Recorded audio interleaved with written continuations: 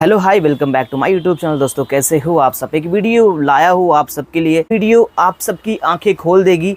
तो दोस्तों बिना किसी देरी के स्टार्ट करते हैं वीडियो। दोस्तों अतुल सुभाष केस में एक बहुत बड़ा अपडेट, एक बहुत बड़ा खुलासा सामने निकल कर आया है, जिसने कि पूरे देश को मानो हिला कर रख दिया है। चाहे वो पॉलिटिशियंस हो, पुलिस ऑफिसर्स हो, कोर्ट जजेस हो या फिर एक आम इंसान, आप पूरा जिसने भी देखो और सुना समझो सुनकर सन्न रह आखिर गया। एक बात ऐसा क्या अहम है। सबूत जो शायद पहले कमेंट मिल जाता करना बिल्कुल तो आज भूलना अतुल मत। हम सबके बीच जिंदा होता और वो इट्स लालची वेरी निकिता सिंघानिया इंपॉर्टेंट। सलाखों के पीछे सड़ रही होती। सब कुछ हम जानेंगे इस वीडियो में, पर दोस्तों उससे पहले उस बेचारे अतुल के लिए, जो शायद इस धरती पर नर्क से भी बदतर जिंदगी जी रहा था, एक बार उसके लिए कमेंट्स में we want justice for Atul Subhash जरूर लिखें। न जाने उसने कितनी मेहनत, कितने सैक्रिफाइसेस के बाद खुद को इतना काबिल बनाया कि वो एक ऐसे मुकाम पर पहुंचा कि एक एआई इंजीनियर के तौर पर देश को अपनी सेवा दे रहा था, जिसकी हमारे देश को बहुत ज्यादा जरूरत भी है। बड़े ही अफसोस के साथ कहना पड़ रहा है कि अब वो हमारे साथ नहीं रहा। पर अब पुलिस वालों के हाथों कुछ ऐसा सबूत लगा है जिसने कि उनकी वाइफ निकिता सिंघानिया और उसके घर वालों को पूरी तरह से एक्सपोज कर दिया है, उनके सारे काले करतूतों को उजागर कर उनका पर्दाफाश कर दिया है। तो क्या है वो खुलासा, उसे जानने से पहले हमें थोड़ा अतुल की बैक स्टोरी को अच्छे से समझना होगा। अतुल बिहार के समस्तीपुर जिले का रहने वाला था। वो बचपन से ही पढ़ाई में बहुत अच्छा था। उसने एआई टेक्नोलॉजी से अपनी इंजीनियरिंग की ग्रेजुएशन कंप्लीट की और बाद में उसकी बेंगलुरु के एक आईटी कंपनी में अच्छे खासे पोजीशन पे जॉब लग गई। 2019 में उसकी मुलाकात निकिता सिंघानिया से एक मैट्रिमोनियल वेबसाइट पे होती है। जब दोनों में बातचीत होती है तो पता चलता है कि निकिता लखनऊ यूपी की रहने वाली है। धीरे धीरे दोनों में दोस्ती हो जाती है और फिर ये दोनों एक दूसरे से शादी करने का डिसाइड करते हैं। ये बात उनके घर वालों तक पहुंच जाती है। निकिता के घर वाले देखते हैं कि लड़के की तो हाई प्रोफाइल जॉब है और वो अच्छे खासे पैसे भी कमाता है। वहीं अतुल के घर वाले देखते हैं कि निकिता ने अच्छी खासी पढ़ाई कर रखी है, पर उस वक्त वो जॉब नहीं कर रही थी। उन्हें लगा कि पढ़ी लिखी लड़की है, जॉब बाद में तो मिल ही जाएगी। और इस तरह से दोनों तरफ से राजी होने के बाद फाइनली 26 अप्रैल साल 2019 को बनारस के हिंदुस्तान इंटरनेशनल होटल में इनकी शादी हो जाती है। अतुल शादी के बाद 2 दिन घर पर ठहरता है, फिर दोनों सीधा बेंगलुरु और फिर वहां से 2 दिन के लिए मॉरिशस चले जाते हैं हनीमून ट्रिप के लिए। वहां उसे निकिता के बिहेवियर में कुछ अजीब महसूस होता है। वो काफी कम बोलती, चीजें यहाँ वहाँ खो देती, गुस्सा करने लगती और हंसने भी लगती। जब ट्रिप खत्म हो जाता है तो ये लोग वापस बेंगलोर आ जाते हैं। अतुल भी अपनी वर्क लाइफ में बिजी हो जाता है। अब निकिता ने कंप्यूटर साइंस से बीटेक कर रखी थी, तो अतुल उसे प्रोग्रामिंग और एआई सिखाता है। अलग अलग जॉब फॉर्म्स पे उसके लिए अप्लाई करता है, उसे इंटरव्यूज के लिए प्रिपेयर करता है एंड फाइनली उसकी एक कंपनी में जॉब भी लग जाती है। दोनों ही अपनी अपनी जिंदगी में मग्न थे। निकिता को कोरियन लड़के और कोरियन वेब सीरीज बहुत पसंद थे, जिसमें ज्यादातर लव और रोमांस होता था। निकिता के अंदर भी कुछ ऐसी ही फैंटेसीज डेवलप हो जाती हैं, पर अतुल अपनी बीवी को सही से टाइम नहीं दे पाता था क्योंकि उस पे ऑफिस की तरफ से बहुत ज्यादा वर्कलोड रहता था। कुछ दिनों बाद खबर आती है कि निकिता के जो पिताजी थे उनकी डेथ हो जाती है। इधर निकिता भी प्रेग्नेंट हो जाती है और हेल्थ इश्यूज के कारण उसकी जॉब भी चली जाती है। निकिता इन सब का इल्जाम अतुल पे लगाती है और उसे ही इन सब का जिम्मेदार ठहराती है। घर पे बस यहीं से इन दोनों के बीच छोटी मोटी बातों को लेकर झगड़ा शुरू हो जाता है। हालांकि घर पर काम वाम करने के लिए अलग से नौकरानी और खाना बनाने के लिए कुक आते थे, पर प्रेगनेंसी का वक्त चल रहा था तो उसकी सेहत की देखरेख के लिए माँ को बुलाया जाता है।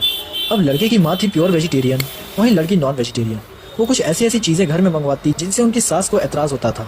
ऊपर से उन्हें खाकर वो हड्डी और मांस डस्टबिन के जगह पर इधर उधर कोने में फेंक देती थी।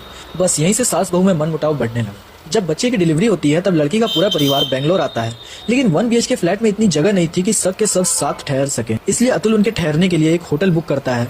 अब तक सिर्फ लड़की अतुल से खफा थी, लेकिन इन सब के बाद लड़की का पूरा परिवार ही अतुल से खफा हो जाता है। वो कहते हैं कि बताओ, घर में इतनी भी जगह नहीं है कि हम लोग को साथ साथ रखा जा सके, घर से इतनी दूर होटल में ठहराया है। वक्त बीता और लड़की के परिवार में कुछ पैसों की दिक्कत आ गई। निकिता के भाई अनुराग सिंघानिया को बिजनेस के लिए कुछ पैसे चाहिए थे, तो अतुल उनको इन टोटल 16 लाख रुपए भेजता है, पर वो और ज्यादा पैसे 50 लाख रुपए मांगने लगता है। अतुल कहता है कि उसके पास इतने पैसे नहीं है।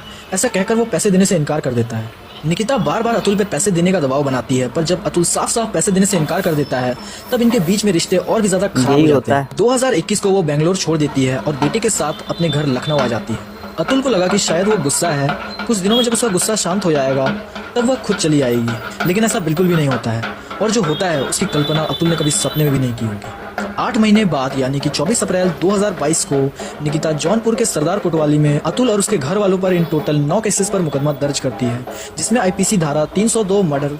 इसमें निकिता का ये कहना था कि अतुल और उसके घर वालों ने शादी के बाद उसके पिता से 10 लाख रुपए की डिमांड की, जिससे कि उनको गहरा आघात पहुंचा और उनकी मृत्यु हो गई। हालांकि बाद में जब एविडेंसेस जुटाए गए तो पता चला कि उनके पिताजी अक्सर बीमार रहते थे, उन्हें हार्ट की प्रॉब्लम थी और ब्लड क्लॉटिंग के कारण उनकी डेथ हुई थी। अगली धारा उनके ऊपर 377 अननेचुरल सेक्स का लगाया जाता है। हालांकि उन पे ऑफिस वर्क का इतना लोड रहता था कि नेचुरल सेक्स का टाइम ही नहीं मिल पाता था, तो अननेचुरल सेक्स तो दूर की बात, साथ ही उनके वाइफ के कुछ ऐसी फैंटेसीज थी जो आप स्क्रीन पे पढ़ सकते हैं, जिनके साथ कोई भी पुरुष, आई डोंट नो, कोई भी कंफर्टेबल होता होगा। और इसी तरह 498A, 323, 406, 504, 506, CRPC 125 और 156/3 करके टोटल 9 केसेस दर्ज किए गए थे। अब अतुल को केस सेटल करने के लिए बेंगलोर से जौनपुर 1800 किलोमीटर से ज़्यादा तक का सफ़र तय करना पड़ता था। उसमें भी कभी जजेस नहीं होते थे, कभी सामने वाला नहीं होता था, कभी लॉयर्स का हड़ताल रहता था, तो कभी केसेस के डेट शिफ्ट कर दिए जाते थे। उसे कंपनी में साल के गिनकर सिर्फ 23 दिन की लीव मिलती थी, तो सोचिए कितना मुश्किल रहता होगा। आप अपना समय पैसा लगाकर इतनी दूर आते हो और आपको हाथ लगता है कुछ भी नहीं, सिर्फ और सिर्फ निराशा और हरासमेंट। उसकी पत्नी अपनी मेंटेनेंस के लिए उससे हर साल 1 लाख रुपए और 2 साल के बच्चे के भरण पोषण के लिए अलग से 1 लाख रुपए, यानी कि इन टोटल 2 लाख रुपए की डिमांड करती है। साथ ही एलमनी के नाम पर 3 करोड़ रुपए अतुल से ऐंठने की साजिश भी रची जाती है। हालांकि कोर्ट में जब ये बात रखी जाती है तो अतुल को हर महीने 80,000 रुपए देने का ऑर्डर मिलता है। वो कहता था कि अब तो उसे पैसे कमाने का भी मन नहीं करता था, क्योंकि उसकी कमाई से उसके दुश्मनी मजबूत हो रहे थे। वो जिस कमाई से टैक्स भर रहा था ताकि ये जुडिशरी चले, उसी जुडिशियल सिस्टम का इस्तेमाल करके उसके खिलाफ केसेस दर्ज कर उसे तंग किया जा रहा था। अतुल बहुत सारे जजेस से मिला, बात की, पर कहीं से भी बात नहीं बन रही थी। इन्हीं में वो एक जज रीता कौशिक का नाम लेता है, जिन्होंने उसकी जिंदगी में परेशानियां सुलझाने के बजाय और भी ज्यादा बढ़ा दी। दरअसल बात ऐसी थी कि एक दिन कोर्ट की पेशगी थी। उस वक्त वहाँ अतुल, उसकी वाइफ और प्रिंसिपल फैमिली कोर्ट जज रीता कौशिक, ये तीनों मौजूद थे। केस चल रहा होता है। अतुल बताता है कि कैसे उससे पहले 1 करोड़ से अब सीधा 3 करोड़ की डिमांड की जा रही है। इस पर जज कहती है कि तुम्हारे पास पैसे होंगे तभी तो वो मांग रही है। अब पत्नी अपने पति से नहीं मांगेगी तो किससे मांगेगी? ये सुनकर अतुल के पैरों तले जमीन खिसक गई। उसे विश्वास नहीं हो रहा था कि कोई जज ऐसा कैसे बोल सकता है। वह तुरंत ये बात कहता है कि मैडम, आपको पता नहीं, NCRB की रिपोर्ट कहती है कि हर साल झूठे केसेस लिखवाने के कारण कितने ही मर्द अपनी जान दे देते हैं। तभी उसकी बीवी निकिता कहती है कि फिर तुम क्यों पीछे हो, तुम भी अपनी जान क्यों नहीं दे देते? यह सुनने के बाद जो जज होती है वो हंसने लगती है, बजाय उसे मना करने के कि तुम ऐसा क्यों बोल रही हो। वो निकिता को बाहर जाने को कहती है। फिर वो अतुल से कहती है कि देखो, ये सब फॉल्स केसेस तो चलते ही रहते हैं, इन सब केसेस में उलझे रहोगे तो कोर्ट के चक्कर काटते ही रहोगे, और तो और अपनी फैमिली को भी खराब कर लोगे। अपनी पत्नी और अपने बच्चे के बारे में सोचो, ये केसेस जल्दी से सेटल करवाओ। अतुल पूछता है कि मैम, ये केस सेटल करवाने के लिए मुझे क्या करना होगा? जज साहिबा कहती हैं कि तुम्हें और कुछ नहीं करना है, तुम बस मुझे 5 लाख रुपए दे दो, मैं तुम्हारा केस इसी कोर्ट में सेटल करा दूंगी। अतुल ये सुनकर और भी ज्यादा शॉक हो जाता है। वो पहले ही लड़की के घर वालों को ढेरों पैसे दे चुका था, और तो और अब उसके पास पैसे भी खत्म होने लगे थे। दरअसल वो कहता है कि मैडम, मेरे पास इतने पैसे नहीं हैं। तो जज साहिबा कहती है कि तुम इतना कमाते हो, देखो कहीं से जुगाड़ करके, अगर जुगाड़ हो जाता है तो मैं तुम्हारा केस सेटल करा दूंगी। अब अतुल हर तरफ से पूरी तरह से टूट चुका था। वो ऑलरेडी इतने पैसे खर्च कर चुका था, इतने कोर्ट के चक्कर काट चुका था। अतुल के साथ साथ उसके परिवार में उसके माता पिता, भाई, सब पर केसेस दर्ज थे। अतुल को जानने वाले उसके फ्रेंड्स, रिलेटिव्स सब उसे अलग ही नजर से देखते थे, उसे ताने मारते थे। उसकी सास निशा सिंघानिया तो उसे ये तक कहती थी, अरे हमने तो पूरा अखबार टटोल लिया, तुम्हारी तो कहीं सुसाइड की कोई खबर नहीं मिली। वो इन सब से काफी ज्यादा परेशान, काफी ज्यादा डिप्रेस्ड हो गया था। वो अब और नहीं जीना चाहता था। वो ये चीज समझ चुका था कि औरतों के लिए इस देश में ढेरों कानून बने पड़े हैं उनके सपोर्ट में, पर मर्दों के लिए कोई ऐसा कानून नहीं है जिसके दम पे वो ये केस आगे लड़ सके और सच्चाई को उजागर कर सके। उसे लगता है कि वो हर तरफ से हार चुका था, चाहे एज अ हस्बैंड, चाहे एज अ सन या फिर एज अ फादर।